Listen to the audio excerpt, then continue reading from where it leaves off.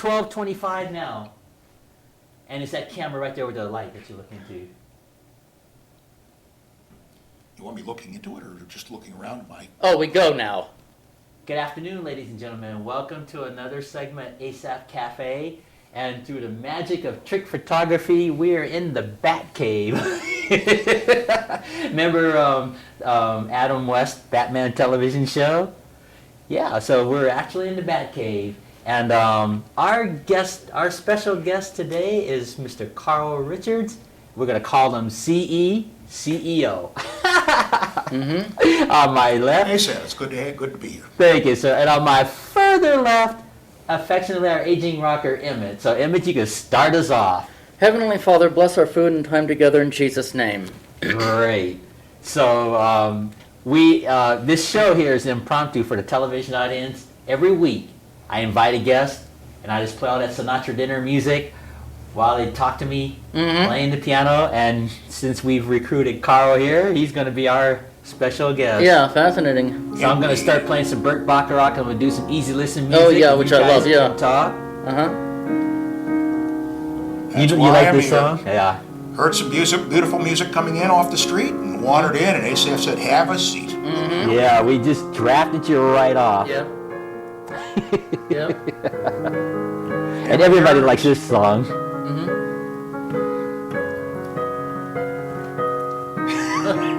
A fascinating old retired punk rocker. I was going to say he was interested in my observations on music, and we were just talking about Gordon Lightfoot. Yes. Yeah, I love Gordon Lightfoot. I love his beautiful, easy listening stuff. I did not like the wreck of the Emmett Fitzgerald. It's more of his funky stuff.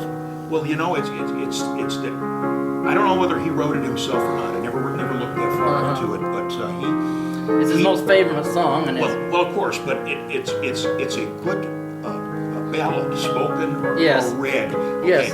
And with just a little bit of changes in the meter, it would have been tremendous poetry. However, with the music he put it to was sing-song. Yeah. It just didn't work. It got on your nerves. Yeah, it does. It does. And the sad part of it is that hit close to home because I was living in one of the towns in Ohio which recruited most of the men off the Emmett Fitzgerald. I see.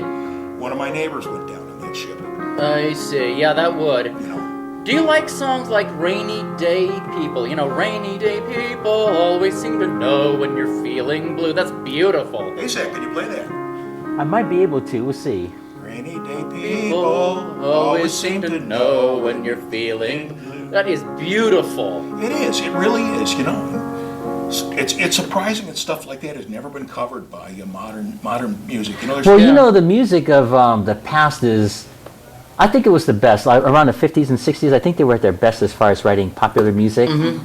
And, you know, that's not to put anyone down with the current stuff today, but they don't have all the Burt Bacharach music, Dionne Warwick, and all those fun songs, Tom Jones, and all the rest. I think it's a change in the attention span. I think it's a generational thing, too. Exactly. You know?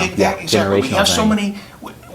today's 30-year-old has grown up with MTV. Yeah. And I've never watched MTV. I have. Many times. The flashing images and discontinuity just does something to me. Mm-hmm. I don't know, it brings out latent ADD or something. I can't watch it. You know, music like what was done in the 50s, and especially the easy listening stuff that you like, was you have to sit down and smell the roses. That's true. Have a soda. Yeah.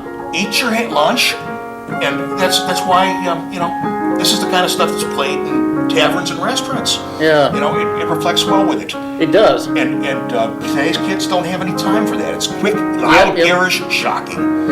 Yeah, I can either listen to like Rainy Day People and then switch it over to Metallica. I love Metallica. Ever heard Metallica heavy metal? I've heard some of it. I've never listened to much, but that's such an odd combination of tastes. I know. Yeah, it's either hardcore punk or like, you know, Dropkick Murphys or 9 Inch Nails. Ever listen to 9 Inch Nails? I probably have, but I never paid any attention. And then listen to Gordon Lightfoot or John Denver. I wish a cover band of John Denver would, like they would, if they ever have a cover band of John Denver, wouldn't it be great if they toured with Cannibal Corpse? I don't know where you'd go with that. Have you ever heard Cannibal Corpse? No, but I can imagine their music. Yeah.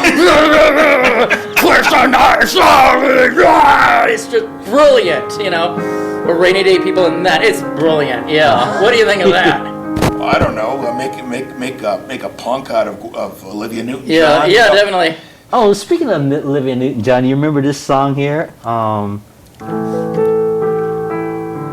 Because I love either John Denver or Cannibal Corpse. I really don't like much in between. Isn't that what? I can listen to John Denver's Rocky Mountain High, then turn on the heavy metal channel on 916 if there's Cannibal Corpse on, like Twist the Knife Slowly. I'm really into that, you know? What do you think? You lost me. Yeah. Wouldn't it be quite a contrast if they toured together? I'm trying to put the name on that tune. Let's Get Physical. Oh, okay. Oh yeah, Let's Get Physical. I didn't like that song.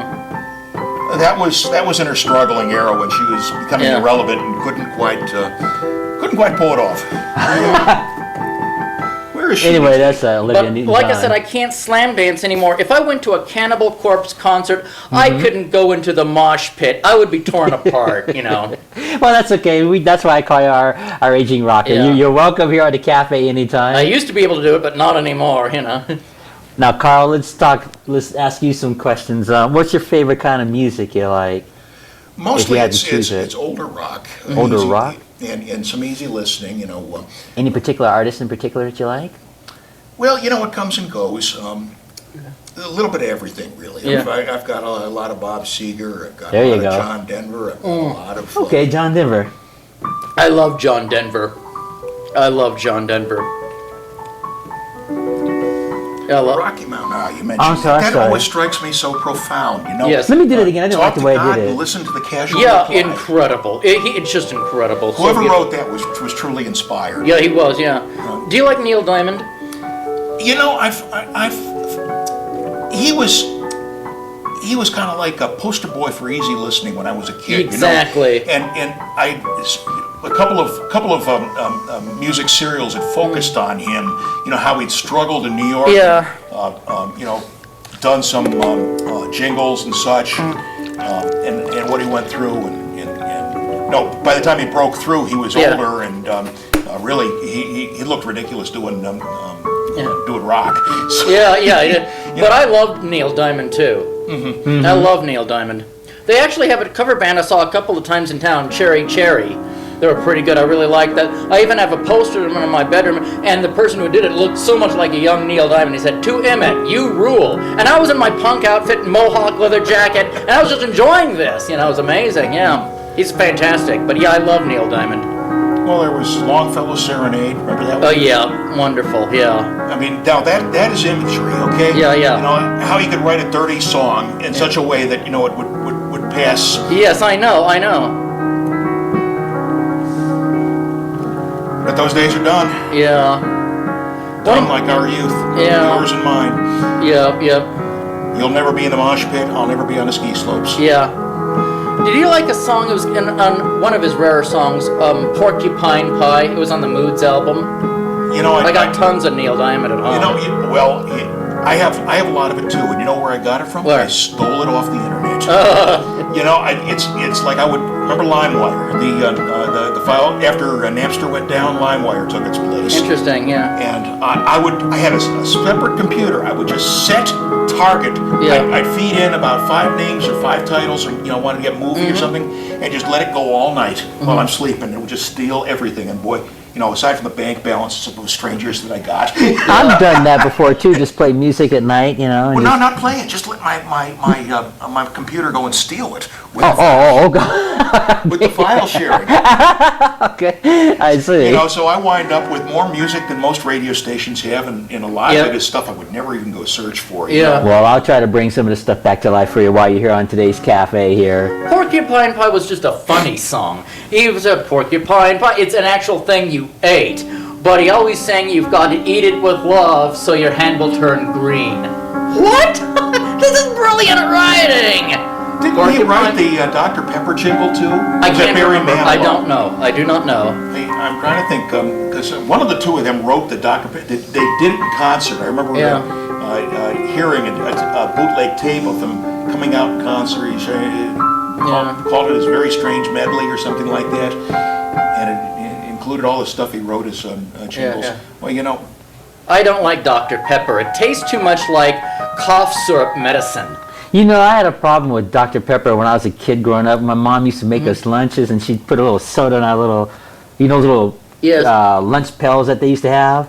And I loved it when we had like 7-Up or Pepsi, but when I had a Dr. Pepper, and it would always bubble. The bubbles would go up in your nose, You know, I don't think I ever had it until I was 13 or so. It was never a big seller. You know, back then it was an independent company. Yeah. And it was based down south, and it was like one of those things you buy when everything else was sold out. I don't think I ever had it. And it just struck me as too syrupy. But then Pepsi was too syrupy in those days too. We all drank Coke. Yeah, I loved Coke and Pepsi, but I don't like Dr. Pepper. It tastes like cough syrup medicine. Yuck. It does have a taste of that. Now that I recall it. You know, I don't drink soda at all anymore. I do. I love soda. But it's made from prune juice. I think its big thing is prune juice, so that's why it tastes like cough syrup. Speaking of soda, I'll take some of that secret ingredient. All right. I want to explain the joke to you about the secret ingredient. I was going to say, maybe it's rocket fuel, you know. No. Keep you going 26 hours a day. I'll probably need one of those cups there. Oh, let me get the bottom cup off the top one here. Okay. There you go. There you go. Well, let me explain how that joke goes, why we call it secret ingredient. Well, the television audience, too. Did you see any of the Star Trek movies at all? Honestly, I didn't. I saw the series, the original series. I saw a couple of the new ones, but I never saw the movie. All right, let me explain. In the movies, they had basically 10 Star Trek films, and the first 6 of them were based on the original characters, William Shatner's character. In Star Trek number 5, there was a scene where Captain Kirk was on shore leave, and he was with Dr. McCoy and Mr. Spock. They were on this planet, or actually they were on Earth, shore leave. You know, they were at Mount Yosemite, I think it is where they were. And Dr. McCoy was making some beans, just plain old beans.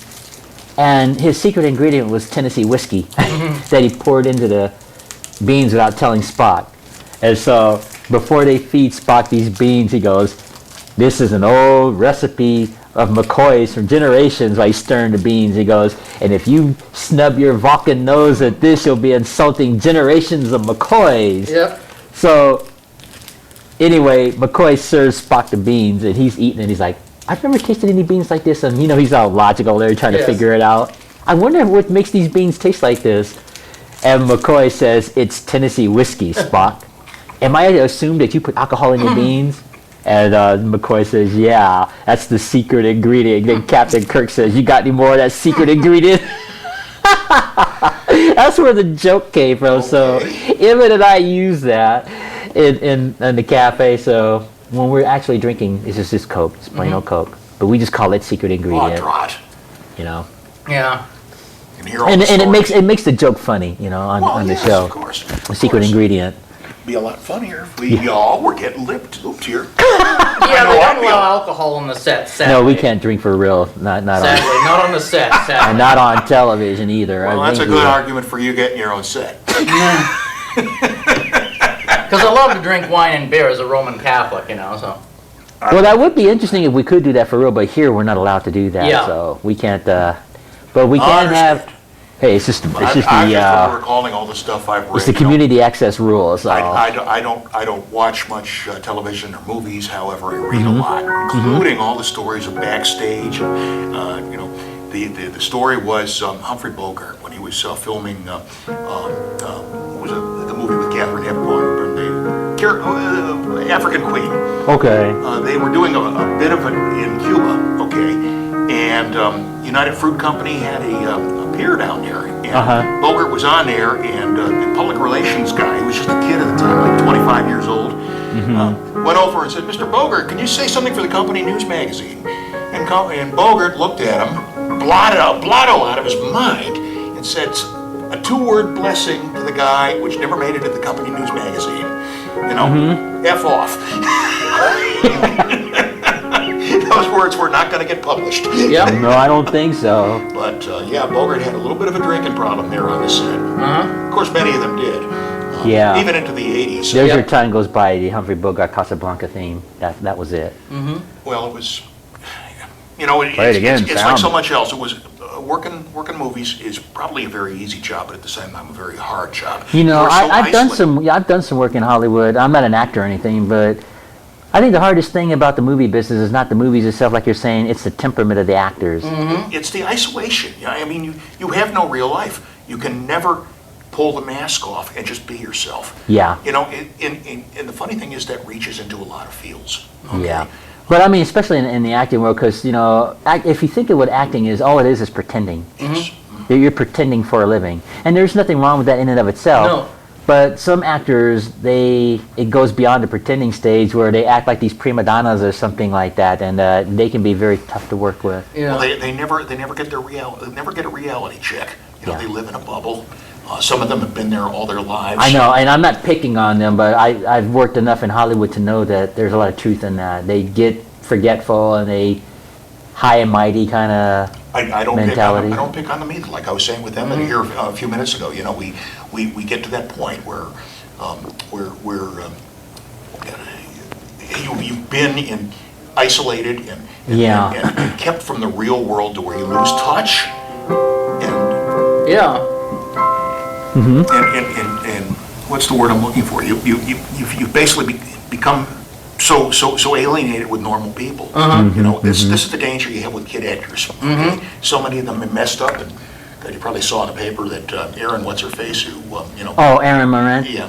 Well, I don't think...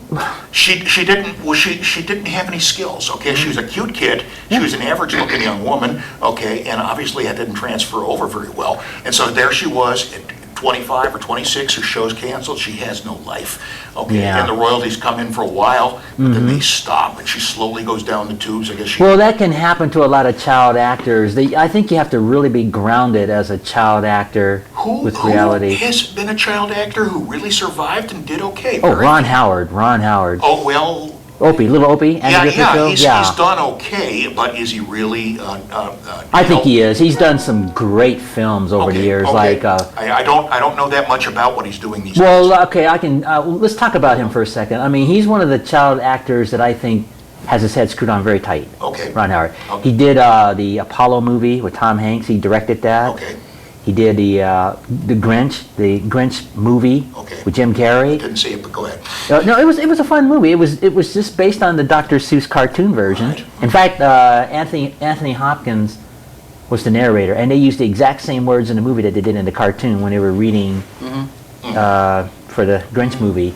And Ron Howard's just done tons of other movies I could even think of because I don't have a list on me. Well, that's wonderful. But However, he's the rarity. I mean, Yeah, he's one of the exceptions to the rule, and there are a few other, I think, child actors that have held their own that did well, but the majority of them, unfortunately, don't do well. Yeah. well, And I don't think it's because they're bad people. I think it's more the influence in their lives when they're younger. well, that's exactly it. It's so stuff like universal that. a case. I mean, I'm old enough to remember when Miley Cyrus first came out, Mm-hmm. and they were all afraid that she was going, she was going to turn into what Britney Spears had turned into.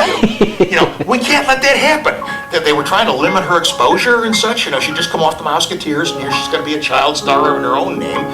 And they wanted somebody cleaner than Britney had become. Well, think of the original Musketeer, Annette Funicello. She grew up to be a wonderful young But woman. that was a different era, though. I know, I realize that, yeah. They made hardly any money back then, and they, at the time, the law required them to go to regular school so many hours.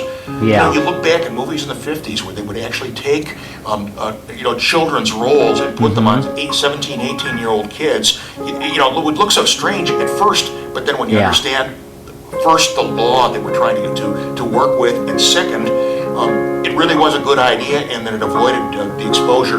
Right. How many kids have been ruined? I mean, remember Buffy out of Family Affair? She committed suicide at age 17. I'm afraid she did. And so it's hit or miss. To sum this part, I just think it depends on the influences, the grounding you get as a child. Right. I think the support are factors. If you have a good family, like Kim Fields, for example, The Facts of Life, the African-American actress that played Tootie. Okay. She grew up to be a beautiful young woman. Well, Yeah, she did. stayed out of the news, and that's good. Well, she comes from a Christian family too, so Well, those that's Christian roots There you really. go. There you go. Now I know that's unfashionable to say, and I'm not even a very religious person. But I'm a deist by practice. Okay. But I recognize natural law. Good. And I think that the Bible and natural law are complements. They're just different ways of expressing the same thing. Okay. Those that live by the law of Moses, the Old Testament, the Ten Commandments, do well. Okay. Yeah. And this is something we have gotten so far away from. Yeah. As a square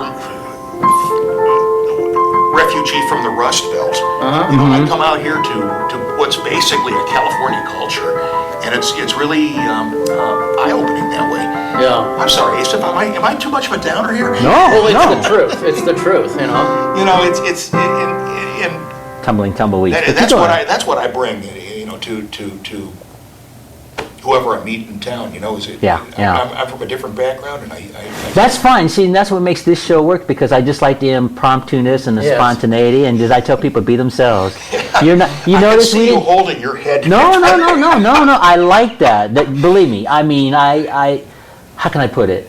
You notice we didn't put no makeup, at all. And I'm like the most easiest guy to work with in film, and Emmett too. I just want people to be themselves. I want you to feel Anybody relaxed. that wants to come down and join Asaph for lunch, he's a very welcoming host.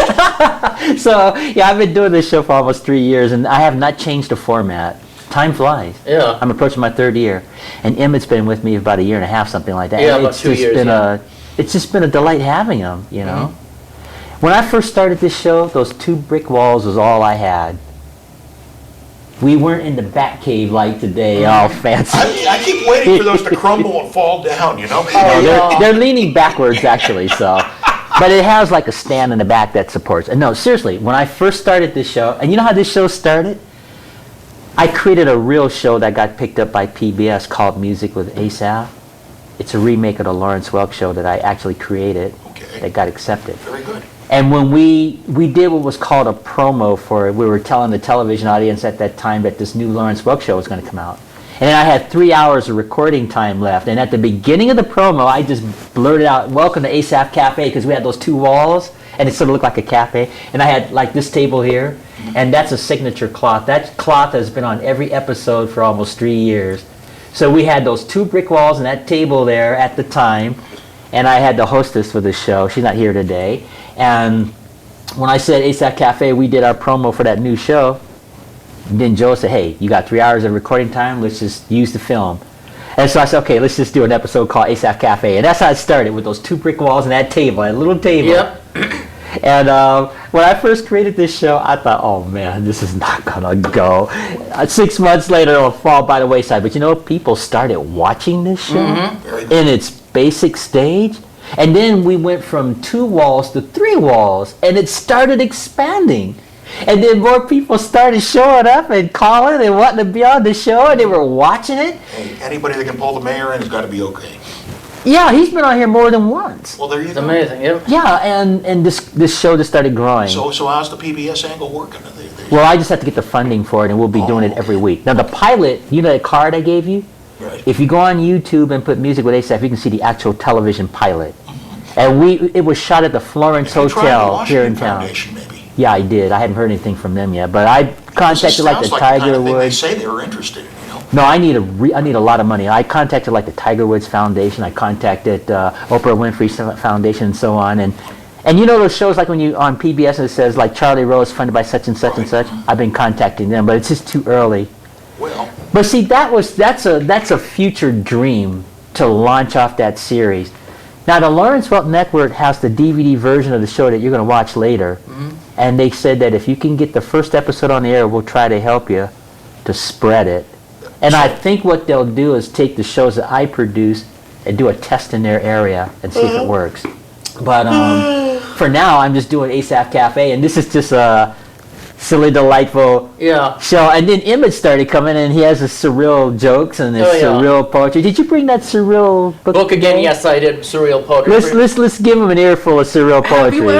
However, I'd like to do an introduction again on surrealism. Do you know anything about surrealism or the art of poetry of surrealism or surreal concepts? Well, it's an actual art form. It was taught me in art class. And I use the word loosely time to time, but I don't really understand the concept as a discipline. It was basically, there's only one thing about surrealism I don't like, because it was invented by communists. I don't like communists, so I'm not standing up for communism. Yeah, I mean, we know. It was originated from the Dada movement, which was just all this weird stuff jumbled together. But people thought, well, maybe if we can help evolve man, we can put the dream state of dreaming, cross that with reality, and have a super realism, a surrealism. Okay. There are people like Salvador Dali who would paint like watches melting, See that kind of thing. Painting, yes. You've seen that painting? That's surreal. Oh, yes, everybody has. I mean, that's his signature work. Yeah. Well, anyway, I got this at the library about 30 years ago, and then I ordered it. The Poetry of Surrealism. Some surrealists would actually make poetry, kind of short little stories that were surreal. And some of them are hilarious, some of them are boring, but some of them are unbelievable. Yeah, well, let's give our guest Carl some surrealism here.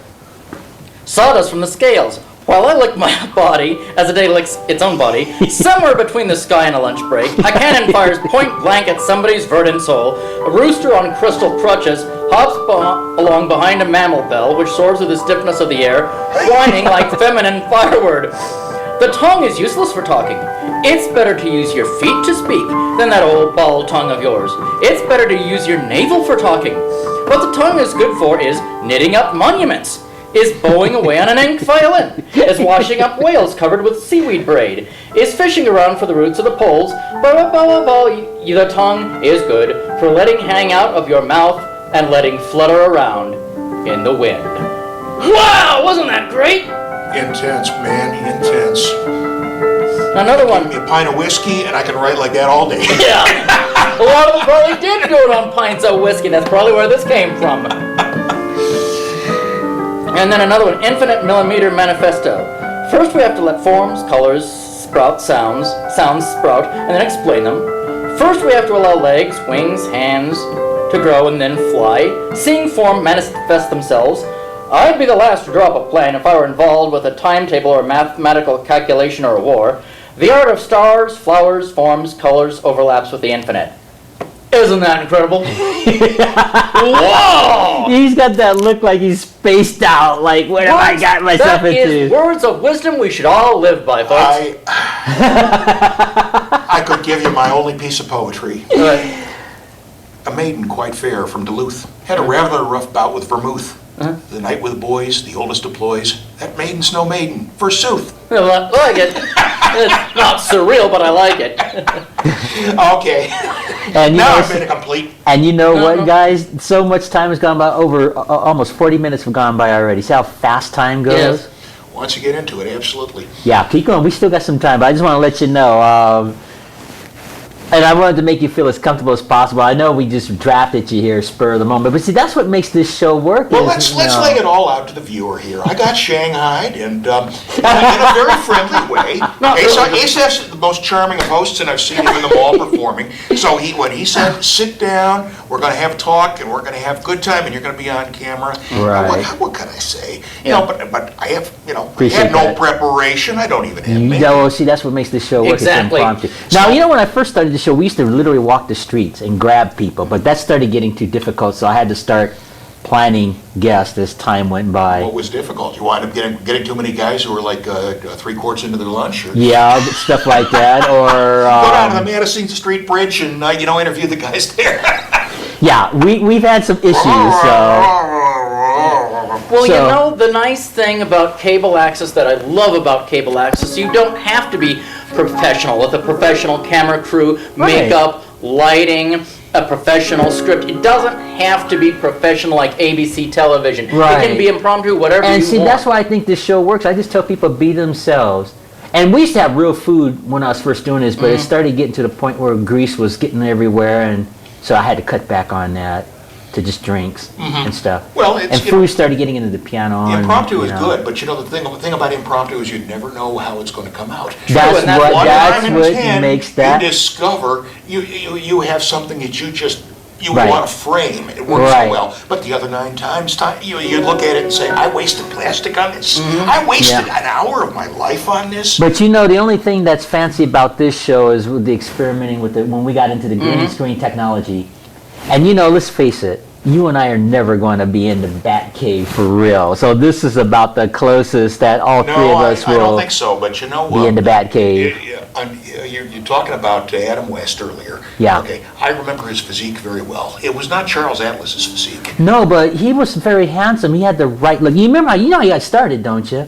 He started doing commercials, television commercials. Right. A lot of them do. I didn't know that he was one, but He was one of them. Yeah, he did some really cheesy commercials, but he had such a look about him that the directors say, "Hey, we got to use this guy," and then they started putting him in westerns. He did some early westerns. I think I've seen a couple. Like The Big Valley with, okay. remember The Big Valley I do. with Richard Long and Linda Evans? I was about 5 years old when it was out, but I remember. Yeah, he did some intro, guest The shots. Big Yeah, Valley. it went something like this, if I can remember. See, Do you like the newer Batman movies? Actually, I like the newer Batman movies that started in 1989 with the Joker and such. They were a lot more serious. yeah, They more were very sinister clever. looking. They were dark. They- was Yeah, That's that's what I the like word, about dark. Yeah, but That's what I liked about getting back to Adam West, yeah, he eventually got the part of Batman, and for him it was history. Well, it always struck me as amusing though that he didn't have the bulging muscles in the comic book. But see, that's what makes that work, because the original Batman in the comics wasn't all chiseled and buffed. We live in a culture where you got to be chiseled these days. Well, you know, better living through chemistry. We all have steroids now. Everybody can be Charles Atlas. Yeah, but I mean, my point is, he just had the right look at that time, in that time period. And of course, Burt Ward was only like 20 years old in real life at that time, very young.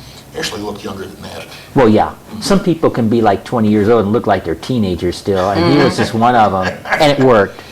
And the Batman, I did you know that news program I was telling you I do? Well, I did some stories on, like I did a story on the actor Alfred that played the actor, the butler. Yeah, Alan Aper was his name in real life. He was a British actor, and I did a story on him on that news program, and we talked about Batman and the series. It worked. It just happened to come on ABC at the right time at that point in television history, I guess is the way to describe it. It was a big hit. Batman, they made like Batman lunchboxes and anything pertaining to Batman at that time. I remember that so well. Oh, yeah. Batman, you know, people don't even remember when we had those lunch boxes. Oh yeah, I had all those TV show lunchboxes. Oh yeah, I used to have a lot of those, or Star Wars lunch I boxes. Yeah. I think I got lunchboxes, one time, and from then on, my parents said, that's it. You're going with the plain Paper old bag. generic. Well, the paper bag came later. Actually, Yeah. I welcomed the paper bag. By that time, I was 12 years old, and everybody had a paper bag. And Yeah, you didn't want to carry a lunchbox at 12-year-old, but when you're like a little younger, yeah, it was cool. Well, I didn't mind carrying around a lunchbox when I was 12 years old. I didn't mind that, you know. Well, I carried a phaser. Well, Star Trek. I had a phaser that I used to, when I was in 8th grade, I used to actually wear on my side of my belt that hooked on. now, you know how old you're making me feel? I was 20. Was I? I was 19 when Star Wars came. It was, okay, Star Trek. You said, yeah. Yeah. Okay. Well, anyway, yeah, I was in junior high school, and I used to think I ruled that school because I used to walk to class with this phaser. Cool. On That my is left awesome. side. I know, seriously, as an You know, 8th grader. the sad part of it is you can't do that today. You No. bring a water pistol to school, you go to jail. I know it's Yeah. ridiculous. Yeah. Yeah. But as a kid, I did. For most Well, of my 8th grade year, I had a phaser that You know, I carried. I didn't have it happen to me myself, but I knew of people who my age who went to school in New York City at the time. Some of the Catholic schools had shooting ranges in the basement. You'd bring your gun to school, you check into the gun locker, and then, you know, as part of your marksmanship club, you'd go in the basement, shoot, and then you'd carry your gun back home on the street. You know, Yeah. nobody got bothered. We all Yeah. understood what guns were about. Yeah. And this is the real loss. Okay, a Really? gun is a tool. Exactly. Okay? A man who can use a tool is going to be more interesting than a man who cannot. Yeah. And Right. I've always been a strong proponent of the right to bear arms. Thank heavens. Yeah, good. And you know, the funny thing is, I never owned a gun until very recently. Just when I got out here to Montana, when getting a Well, I think that's the 60 regular permit. lifestyle Most Montanans, Yeah. they Well, bury it's their arms. a good lifestyle. It is. There's nothing wrong with that. First of all, now when you go through the training, and I've been through it, okay, Yeah. you get heavy instruction on the responsibility, Yeah. legal and personal. Yeah. Okay, if the course instructor sees you in the range grabbing or holding a pistol the wrong way, he'll caution you about that. Now, you know, in the movies where they have you reach across the belly, Yeah. you don't do that in real life. Yeah, yeah. And here's why. Because in getting that gun up, you're pointing that barrel at 4 or 5 other people. Yeah. Okay, so the only proper way to carry it is on your hip, so you're aiming at the ground until you get at your target. Exactly. And so many people don't realize that. Yeah. Actually, a few cops don't either. When I was in Yeah. Texas, I know the Harris County Sheriff's Department all had their holsters crossover with the butts forward there. Yeah.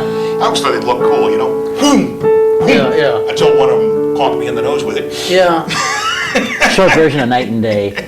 But yeah, I think that's fine. If the people want to bear arms here in Montana, I think this is the perfect place for that sort of thing. That's fine.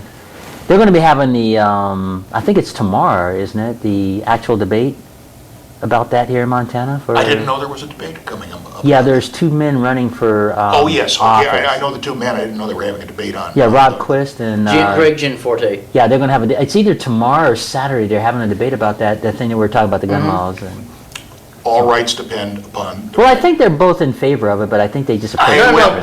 no, Ron Quist is for registration of firearms. The Democrat, whatever Quist, is for registering Okay. all firearms in a federal database. Oh, That is that's right, absolutely that's yes. right. Okay. Well, they'll figure that out in the actual debate, and people were sending their questions to the television studio ahead of time, so whoever the moderator will be, they'll be using those questions. Well, It'll be probably an interesting debate to I hope they see. explore that well. Oh, no, I think they are. I think that's gonna be the main topic. I am vehemently opposed to that. Good. I'm glad you are. Good. The simple thing is, the right to register and control is the right to take away. Exactly. That's what Right. I've always heard. Yeah. Right. All rights depend upon the right of the individual to defend himself and Yes. his family with whatever weapons are available. Exactly. Yeah. Well, that's coming up either tomorrow or Saturday. I think it's tomorrow, but you can check your Well, station or whatever. All I can say is, well, never mind. You know, But you know what I mean? Yeah. Yeah. Just I'm you know, just saying. it's the college town mentality here, where so often the community is so opposed, so Yeah. diametrically in opposition to the Yeah. surrounding area. I know, it's I've seen bizarre. this in Ohio. I've seen this in New York. I've seen this in Colorado. I've seen not so much in California, where the state is heavily liberal. But I know. you know, it does create a friction, and It does, I know. I have to wonder how it is that the academic community has gotten so far removed from the average population. Yeah, I wonder. I wondered that myself. Yeah. I mean, what is it? You know, we all live in the same world. Yeah. We're close to the earth here, okay? You go for a hike, you're going to meet a wildcat. Yeah. You know, wildcat doesn't want to have his back scratched. He looks at you as a big stick of jerky. Yeah, exactly. You need to have some means of defending yourself. Exactly. If you're not interested in defending yourself, don't buy a gun and don't hike the trails, because that wildcat is still Yeah, going to be out yeah, there. exactly. That is called "Call Me" by Mel Torme. But yeah, you guys got a point, and I think that's what's going to be the main part of that debate. Well, So it'll be most interesting to see how that's all I going to can go. say in respect to all your viewers is, may the better man win. Yeah, and I will leave it at that. But I think that we'll see who the better man will be come tomorrow when they have that debate. Now, by the time this episode airs, they will have already had it. But you're right. May the better man win. That's a good way to end that. Exactly. We got about 10 minutes left, guys. Emmett, you got some final words you want to say? A surreal joke, as of my usual. This is based on a Gordon Lightfoot song. I actually got a new Gordon Lightfoot record. You know, I love Gordon Lightfoot. It was made in 1998. He's still making records. Unfortunately, it's out of print, so we had to get it on the computer. I special ordered it. One of my favorite songs. It was, and I looked at the lyric sheet to see, is this really a toad or a man calling himself Uncle Toad? No! It's not one of his more popular songs or well known. It's Gordon Lightfoot wrote a song called Uncle Toad, and it was very beautiful. You know, it was about a toad who lived in a compost heap outside, and you know, it's, Uncle Toad said you better straighten up right. When Uncle Toad spoke, it was not a pretty sight. Dun dun dun dun dun. Uncle Toad, you know, saying Kids, you better stop drinking that brew. If you don't, the joke's on you. Uncle Toad said you best get it right. When Uncle Toad spoke, it was not a pretty sight. Just beautiful and looking up at the moon. A toad moralizing to people and hopping around and said, you better get it right. Imagine a toad talking. Wow. You know, surreal. I loved that song. He must have changed a lot. You know, I saw him at concert in 1986, Chautauqua, New York. That's a regular stop of his now, but that was the first time he appeared there, and nobody knew what to expect because it's a summer resort community. I don't know if you know what the Chautauqua Institution is. No. I lived nearby and worked there for 5 years. But it's a summer cultural center. Okay, 2 months out of the year they close the gates, it becomes private property, and they have open air lectures, street concerts. Used to have a heavily Christian religious program. They don't so much anymore because that's kind of like out of fashion now. But they also have a bit of popular entertainment. They try not to focus on that. They more focus on the learning aspects. But on what they call Old First Night, the original calendar date that was their first night at first, they will have a name opener. The first year that Gordon Lightfoot was there, it was their Old First Night opener. And I thought he did a very good performance. I got the impression of a guy who was awkward as a showman, but really into his music. You know what I mean? Yeah, he's always been. And I think he still is. It was a wonderful song. I thought it was great. By the way, Gordon Lightfoot did come to concert in Missoula a few years ago. I didn't have the $70 to go see him. Well, that's nothing compared to when Paul McCartney was here. It was $250 here in Missoula to see him. You know, you're better off without it for the simple reason Gordon Lightfoot, and I've heard him speak of late. He's past it. Okay. You know, it happens to everybody. We're young, we get started, then we mature, we age, and we lose it. This happens to everybody. Exactly, but I think, he wants to perform for his fans, that's great, but I don't think that's the venue you want to be spending $70 to see. I really don't. You got a point, but the fans, if they're used to you, even if you're past your prime, they just want to see you. Exactly. And they have that thinking in their head. They know you're not going to give them what you were when you're like, say, 30, but they just want the thrill to see you so they can say, exactly. And I've seen him older. He sounds very old, very hoarse, very high-pitched. Oh, yeah, he doesn't look the same as he used to. But I still, I've seen him in concerts like that. I still love to go see him. Yeah, like Tom Jones. I would love to see Tom Jones, but, he's way past his prime, too. I didn't know he was still alive. Yeah, he's like 80 now. I can see Tom Jones would be your kind of music, but I don't think I've heard his music in 30 years. Well, yeah, I don't play some Tom Jones. I'll do that. I don't think he's from the U.S. Listen, do his signature song real quick. But anyway, Uncle Toad was in a laundromat saying, better straighten up right. It was fascinating. And he hopped away into this other dimension. These two washing machines were sticking their tongues out at each other. It's very fascinating. And then Uncle Toad started sticking his tongue out at the two washing machines. Then this one dryer came along and said, oh, I can't see around that. Wasn't that hilarious? Oh. Surreal, like this poetry. It is. Well, you talk about strange places. Yep. Ever been to Toronto? No. Gordon Lightfoot is from Toronto. Yeah. And he got to start as a disc jockey, and he was doing music in coffee houses.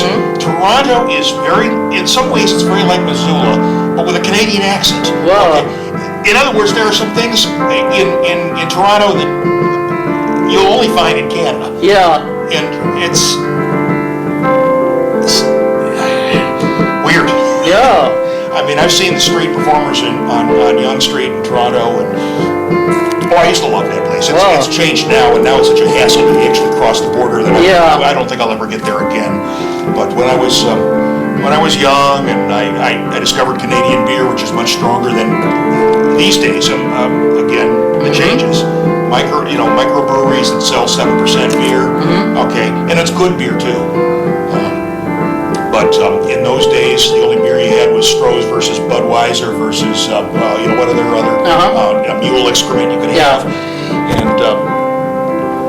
And you go to Canada and you buy some Molson's that comes from Molson's, okay, and you have a sip of that and it like cold cocks you, Yeah. Wow, that's beer.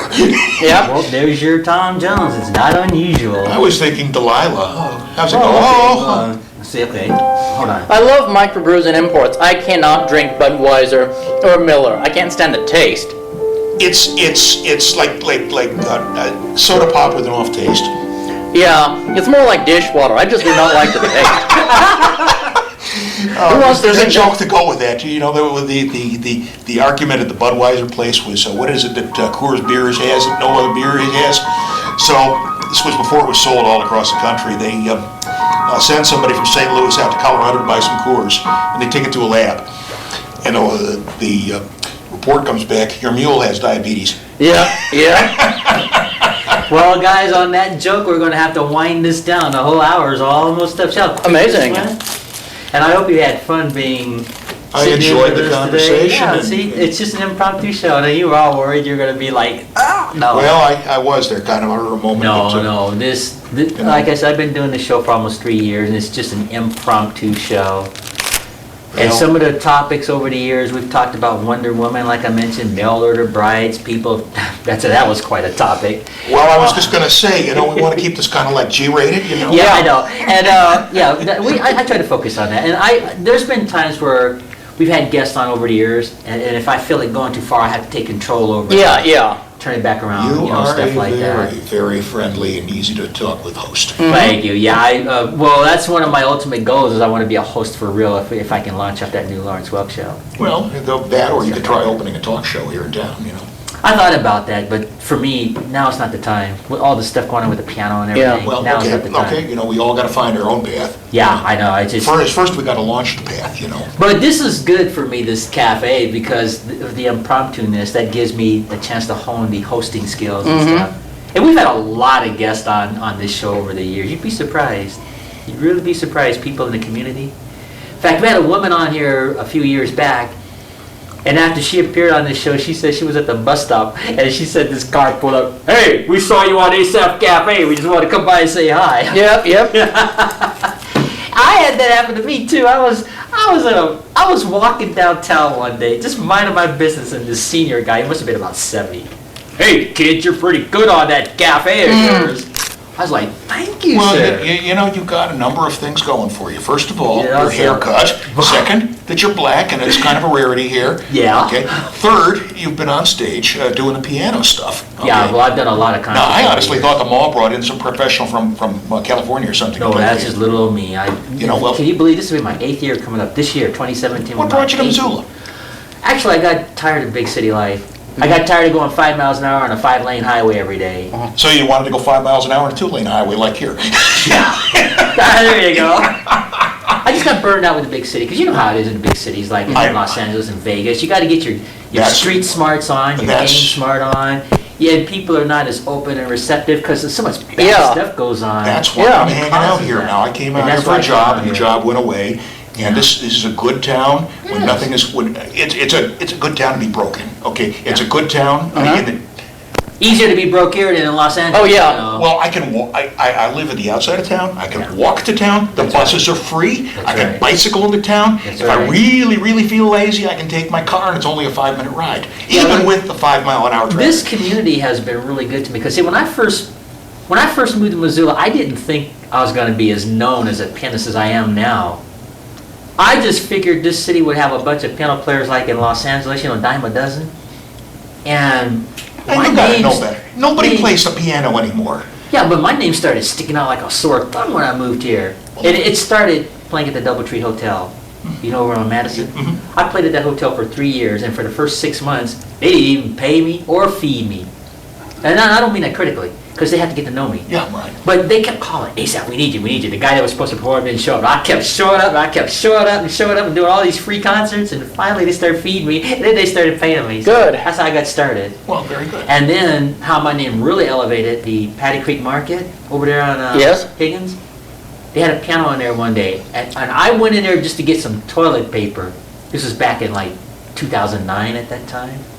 And the lady that was working the deli section said, "Hey, we got a piano in the corner in the freezer. Why don't you go play us a tune real quick before you go home?" And I thought that was harmless, right? So I sat in front of that freezer and I was freezing my buns off. I was playing this song, and somebody called the owner, Jim Edwards, and he was close by. He actually came in the store and saw me playing the piano in the store, and that's how that started. He said, "Hey, why don't you start playing here all the time? It'd be fun." And then K-Pax News came with those cameras the very next time I showed up. Then they plastered that all over the news. Yeah, Asaph, I don't know, the piano player's playing at the Patty Creek Market, and they repeated that story for 2 days, and that really got my name out there. And that's how I got started here. Well, there you go. Yeah, that's how I got started. I And the hope film you started. find a way to monetize it and make it pay for you. Well, I've been blessed now because since then my autobiography's gotten published, and my CD is out. Well, you're the most famous person I've ever heard of. Yeah, Sorry. you're right, and it's true. And just I get to play everywhere, and then they started calling me for the mall, and that turned into a 7-year gig, which will be 8 years this year. Where is your autobiography at? Is it on Amazon or? It's on Amazon. It's also at Fact and Fiction over here on Higgins. Okay. It's called Supermarket Pianist. Supermarket Pianist. That's the name of the song. In fact, the Patty Creek Market's on the front cover. So, yeah, you should. You got a Kindle version? Pardon? You got a Kindle Yeah, version? it's on Amazon. You can get that too. Okay. I'll It have got a to check. it got a 5-star rating on Amazon too. Well, there you go. But no, seriously, I mean, just humble beginnings, and I'm really humble because I didn't plan this. I didn't say, hey, I'm going to get out of the big city and become one of the most known piano players. It just happened. Yep. It just sort of, I think it's a providence of the It was. word. Well, you know that you're the big fish in the small market, okay? Yeah. And you've got so many uniques in this town here, and this is a town that's crying for culture. Yeah, Yeah. and not only that, I don't know if you know this. You know who my teacher was? You know the singer Little Richard? Yes. His manager was my teacher. Okay, very Bumps good, Blackwell. very good. He was my teacher, my main teacher. Almost everything I know about music was because of Bumps Blackwell. And So- that's in the autobiography too. I was going to say, how did that happen? I guess I got to. Because when I was 20 years old, you know how in a big city everybody's trying to make it, right? And you know what the odds What's are. the big city for you? Los Angeles? Actually, if I can get that Lawrence Welk show going, you never know. But I mean, where'd you hail from? Well, I was born in Alaska because I'm an Air Force brat. Okay. But I grew up in California. So Okay. my first job in music was in Los Angeles. And I Okay. did a lot of performances, Los Angeles, Hollywood, all those years. A lot. But the I did Vegas. competition- I made Vegas by the time I was 26. But see, there was a competition. Mm-hmm. But see, to answer your question, how I met Bumps, there was a student. She's one of my best friends to this day. Her name is Deke. And she was a student at Loyola Marymount University at that time who happened to be friends with Bumps Blackwell because he was friends with her family. Her grandfather, I believe, was the story. So she contacted Bumps and said, you got to hear Asaph play. And so an appointment was set up for me to go to his home to play for him, which I did. And I didn't give it a second thought. I was like, oh, this is cool, okay. Little Rich's manager. He's, I'll say hi to him, play for him, and that'd be the end of it, right? He called my parents a few weeks later and said, I want your son Asaph to come to Los Angeles. I'm going to be his teacher. I'm going to train him. And my mom was so leery because she knew who he was. He's such a famous producer. But, a lot in those days, a lot of those record producers had bad motives. Right. And my mom was really leery about me going all the way out there to Los Angeles for Were you good. just a little kid then? No, I was 20 years old. Well, then you should have been, No, but still, it doesn't make any difference whether you. Well, you're physically safe, but they could still rape your bank account. Yeah, and stuff like that. And so he just kept calling my parents and reassuring them. And of course, since they knew who he was, they weren't freaked out like it was some guy starting out a record company. So eventually I got on a Greyhound bus, and after I had gone home for the first time, I met him. And he gave me a room at his home. And the very next morning, he pulled out this big sheet music, and I sat right there, and he was literally over my shoulder and was teaching me how to compose all this stuff, and training me and preparing for performing, and just getting that theory down and composing down every day for 3 years. It's like that movie, The Karate Kid. You remember Mr. Miyagi was teaching Ralph Macchio how to fight? I never saw the movie, but I've seen snippets of it. I know. Yeah, I couldn't Yeah. stand it myself. Sandy Flaw. So, but that's a crude analogy of what it Okay. was like. You know, And he passed away before I got to sign the artist management contract after 3 years. But I'd learned so much. I was 26, I think, at that time. I went to Vegas, got the job with Pat Guidry, the blues singer in Vegas, and that's how I got started. Fascinating. That's a I'm true gonna- story. It's all in the book. It's all I'm in going to have to buy that. Yeah, Supermarket Pianist. And on that note, let me make some final introductions. I am Asaph Adonai, and here we are through the magic of technology of green screen. We're in the Bat Cave, Adam West Bat Cave. And you can see Adam West in the Batmobile there, and Robin on the other side. And our guest is Carl Richards, but we call him CEO. Thanks for sitting there with us. My And on my further left, affectionately our aging rocker, I am Asaph, your host. Any final words you want to say before we sign off? No, I think we said it all pretty much. I I will- was going yeah. to get into the history of the Batmobile, but we didn't even touch that. That's okay. Well, thanks for sitting in. So until our next show, Maranatha.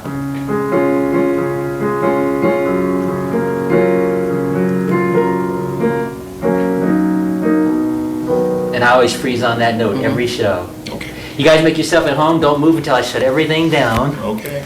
And thanks for sitting in with us today. Not a problem. I have a few words once I kill the camera.